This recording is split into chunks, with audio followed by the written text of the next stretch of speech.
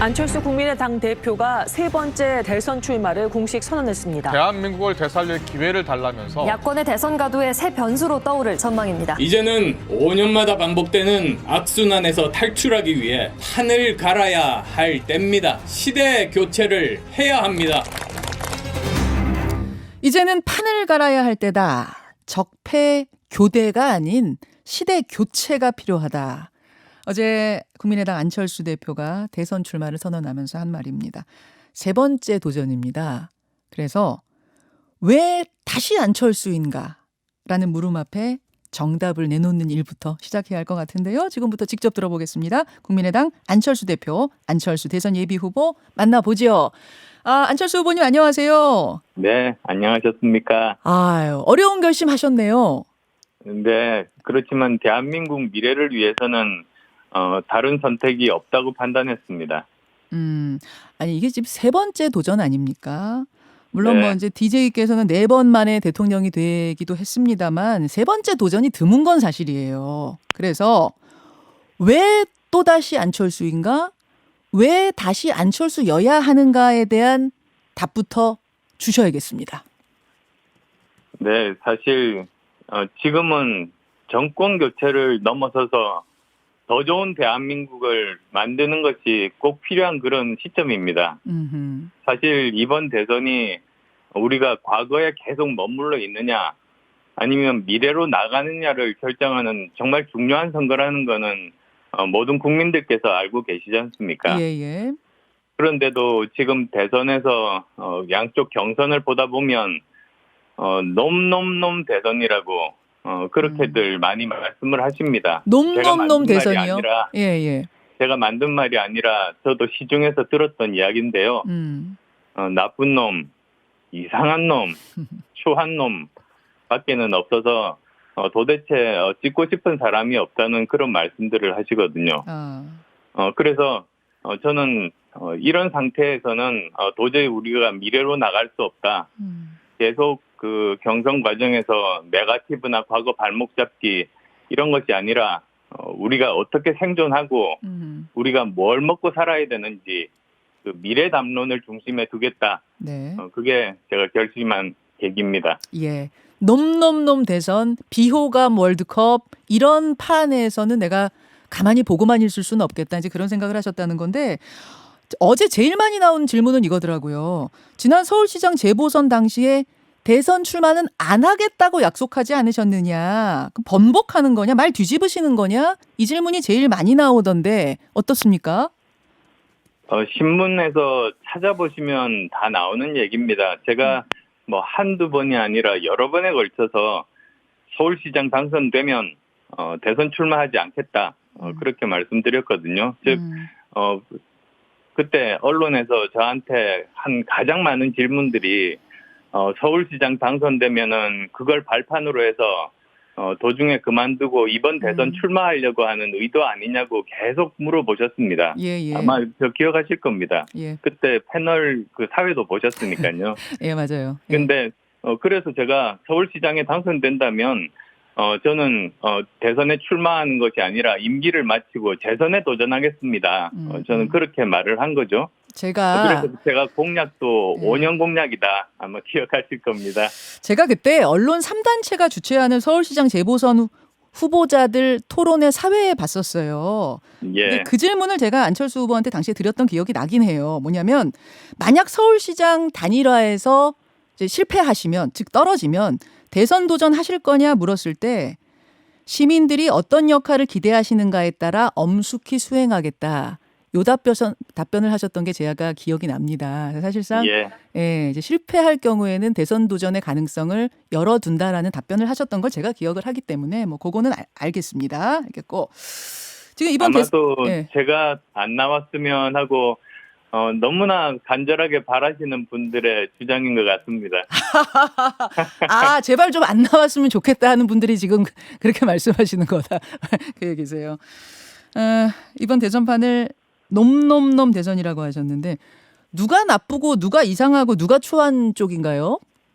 뭐 제가 들은 말은 있습니다만 제가 옮기는 건 적절하지 않은 것 같습니다. 그렇습니까? 그럼 하나하나 좀 보죠. 우선 확정된 민주당의 이재명 후보. 단단한 지지층을 가지고 뭐 줄곧 1, 2위를 다투고 있는 후보인데 어떻게 평가하세요? 우선은 도덕성이 가장 큰 문제 아니겠습니까? 사실 지금 대장동 사태 가장 큰 문제가 정말 천문학적인 이익을 특정 민간에게 몰아준 겁니다. 그건 분명한 이제 사실로 남아 있는데 만약에 이것을 몰랐다고 하면 이건 당군 이래 최대의 무능입니다. 그리고 또 만약에 이것을 알았다. 그러면 이건 당군 이래 최대의 비리고 범죄 행위죠. 그러니까 저는 어떤 쪽으로부터도 자유로울 수 없다고 봅니다. 그럼 국민의힘 후보들은 전반적으로 어떻게 평가하세요? 지금 한창 이제 경선 진행 중인데. 국민의힘 후보분들도 지금 경선 과정에서 보시면 서로의 네거티브 그리고 또 과거 일로 발목 잡기 이런 이야기들만 있지 과연 우리가 뭘 먹고 살아야 되는지 이런 미래 담론이 실종이 됐습니다. 그래서 뭐 그러한 능력 부분이라든지 또 지금 뭐 나오고 있는 도덕성 부분이라든지 예. 그런 부분들에 대해서 국민들의 기대에 못 미칩니다. 그러다 보니까 여러 가지 여론조사에서 정권 교체를 바라는 국민들이 더 많으신데도 1대1로 후보 간에 붙여보면 지는 결과들이 야권이 지는 결과가 나오는 것 아니겠습니까? 누가 최종 후보가 될 것 같습니까? 보시기에. 글쎄요. 예단하기는 어렵습니다. 그리고 또 다른 정당의 그 선거다 보니까 경선이다 보니까 네. 거기 당원분들의 의사를 존중해야죠. 아하. 아니, 누가 됐으면 좋겠습니까?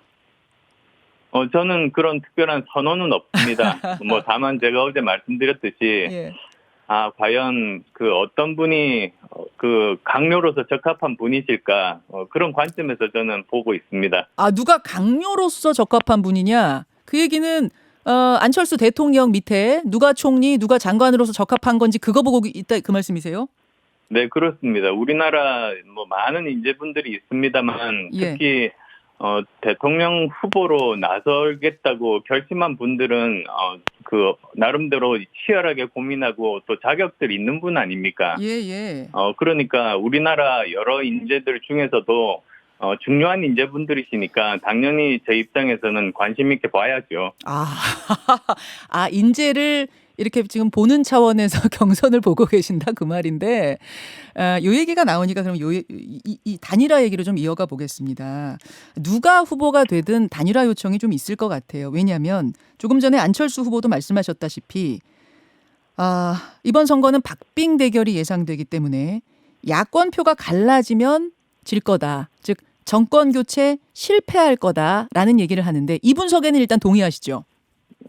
저는 그것도 동의하지 않습니다. 왜 그러냐면 예. 지금 현재 그 보면 양당의 아주 그 강고한 지지층들이 있습니다. 예. 그렇지만 그 중도에 있는 국민들이 40에서 50% 정도 되십니다. 예. 그분들은 어느 편이 이기는 것보다 더 중요한 것은 과연 누가 우리 대한민국을 앞으로 5년 동안 더 좋은 대한민국으로 만들 수 있을 것인가 그것 자체가 판단 기준 아니겠습니까? 합쳐지지 않아도 야권이 단일화하지 않아도 안철수의 힘만으로도 대통령 될 수 있다. 그건 그 말씀하시는 거예요? 지금 일지대라고 말씀드릴 정도로 굉장히 많은 분들이 지금 중도층에 계십니다. 예. 저는 이번이야말로 예. 바로 더 좋은 대한민국을 만들고 합리적으로 생각하시는 많은 국민들께서 중심이 돼서 중도 중심의 정권 교체가 이루어지는 것이 대한민국이 살아남을 수 있는 길이라고 믿습니다. 안철수 후보님 입장에서는 그렇게 설명하시는 게 맞을 것 같고 그렇게 희망을 하시고 계시겠지만 현실적인 지지율은 사실 조금 좀 지금으로선 난망한 얘기 아닌가요? 제가 출마 선언도 하지도 않았는데 예. 10% 정도 이렇게 그 나오는 조사들을 보면서 저는 감사한 마음이 굉장히 큽니다. 더 열심히 해서 예. 더 많은 인정을 받도록 하겠습니다. 그러면 단일화 없이 야권이 이대로 끝까지 완주해도 가능성 있다. 중도가 모이면 그 말씀이세요. 제가 이번 대선 출마 결심을 한 것은 네. 단 하나입니다. 저는 당선을 목표로 나왔고, 그리고 또 더 좋은 대한민국을 만들러 나왔습니다. 예. 그리고 제가 정권 교체의 주역이 되겠습니다. 근데 어제 홍준표 후보 제가 인터뷰했는데 그러시더라고요. 9월에 안철수 대표를 만났는데 이번에는 분리돼서 대선 출마하는 일이 없었으면 좋겠다고 했고 거기에 대해 안철수 대표도 동의하셨다. 따라서 우리는 합쳐서 뭔가 이번에 할 수 있다. 그러시던데요. 9월이요? 예. 작년 9월 말씀하시는 것 같은데요. 아, 이번 9월이라고 하셨어요? 이번 9월. 안 만나셨어요? 저는 경선 시작한 이래로 어떤 후보들도 제가 만나지 않았습니다. 아, 그럼 홍준표 후보가 어제 그러면은 뭔가 잘못 착각을 하셨을까요? 혹은 거짓말하신 건가요? 글쎄요. 뭐 그거야 제가 알 수는 없습니다만 지금 아마도 최종 경선에 있는 야권의 내부 모든 후보들께서 예. 저와의 우호적인 관계에 대해서 정말 말씀을 해주셔서 감사한 마음을 가지고 있습니다만 예. 저는 단순하게 이렇게 여당 후보가 만약에 이번 대선에 승리한다면 그건 간판 교체에 지나지 않고 야당 후보가 그러니까 제1야당 후보가 승리한다고 하면 네. 그러면 구적패들을 몰아낸 자리에 새로 그 자리를 차지한 곳이 또 신적패가 될 가능성 그런 적패 교대가 계속되는 그런 가능성이 있기 때문에 예. 저는 시대 교체를 위해서는 제가 되어야 된다는 생각입니다. 아, 그래요. 지금 저희가 어제 워딩을 다시 한번 좀 확인을 해보니까 8월까지 몇 번 만났죠. 이렇게 정확하게 말씀하셨네요. 그럼 그 8월에는 만나셨어요? 몇 번 만나셨어요? 8월까지는?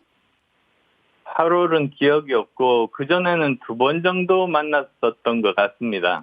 작년부터 해서요. 작년부터 8월까지 2번 만나셨고. 시절이군요. 예, 무소속 시절이었네요.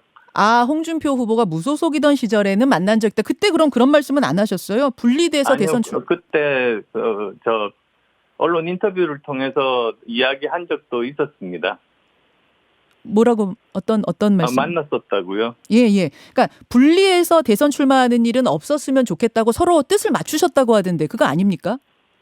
네, 그런 기억은 없습니다. 뭐 그렇지만 지금 정권 교체를 위해서 제1야당 후보가 되신 분이 양보를 해주신다면 예. 그러면 충분히 압도적인 정권 교체가 가능하게 되겠죠. 안철수로 단일화하는 것만 받겠다.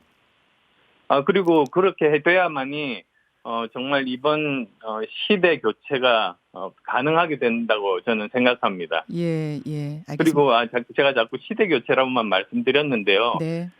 사실 그것이 우리나라가 산업화 시대 네. 성공적으로 이루고 민주화 시대도 이뤘지만 그다음에 선진화 시대로 넘어가는 데서 멈춰서 지금 그 자리에서 너무나 오랫동안 있다 보니까 예. 사회 갈등, 문제 해결 이런 것들이 되지 않고 자꾸만 이렇게 추락하고 있는 겁니다.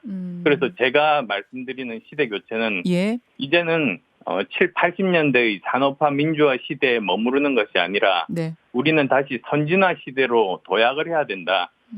그게 제가 말씀드리는 시대 교체입니다. 알겠습니다. 시대 교체가 절실하다는 이야기를 계속 강조하고 계십니다. 안철수 후보 만나고 있는데요. 조금만 이 부분이 워낙 좀 관심거리여서 좀 정리를 하자면 그러면 홍준표 후보가 얘기한 DJP 연정 형식의 이런 공동 정부 꾸리는 거, 한 명이 대통령하고 한 명이 총리하는 거죠.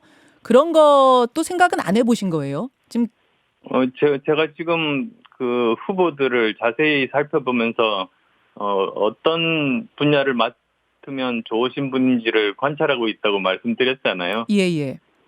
예. 그러면 안철수 대통령 밑에 어떤 후보 총리 요거는 받을 수 있단 말씀이시네요? 제가 예를 들어 드릴게요. 예. 프랑스 마크롱이 중도의 입지로 해서 당선이 됐습니다. 예. 그런데 그때 마크롱은 국회의원이 한 명도 없었습니다. 그런데 이 마크롱이 했던 일이 기존의 여야에 있는 좋은 정치인들을 모으고 그리고 또 정치를 지금 하고 있는 분은 아니지만 사회 각계각층에서의 능력 있는 전문가들을 모아서 강요를 꾸렸습니다. 예. 그래서 프랑스에서 가장 문제였었던 것이 사실은 노동개혁, 연금개혁이었거든요. 예. 그걸 프랑스 병이라고 했는데요. 네. 그걸 고쳤습니다. 프랑스 병을 고치는 일을 해낸 겁니다.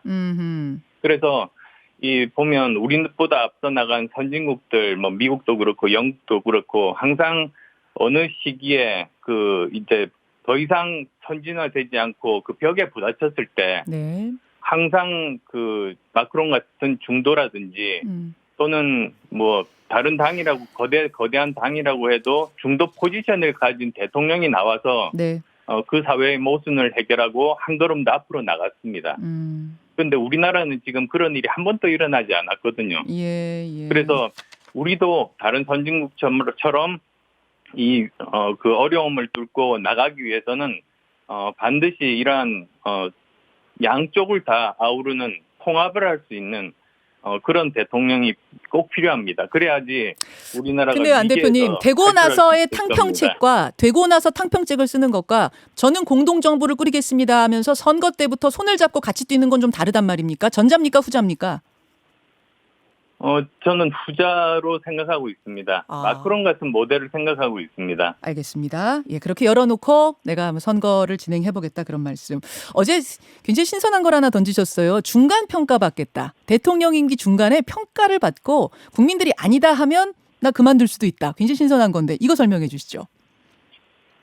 지금까지 뭐 다 잘 아시겠습니다만 일단 대통령 되기 전까지는 어떤 약속이든 하다가 대통령이 되고 나면 그 약속들 다 헌신짝처럼 버리지 않았습니까? 심지어 그 취임사 약속까지도 저버리는 그런 경우도 우리들은 봤습니다. 예, 30초 정도. 예. 네, 그래서 이런 일들이 다시 일어나지 않게 하기 위해서는 뭐 어떤 형태로든 어제 말씀드린 건 그냥 여러 가지 가능한 방법 중에 하나인 거고요. 예.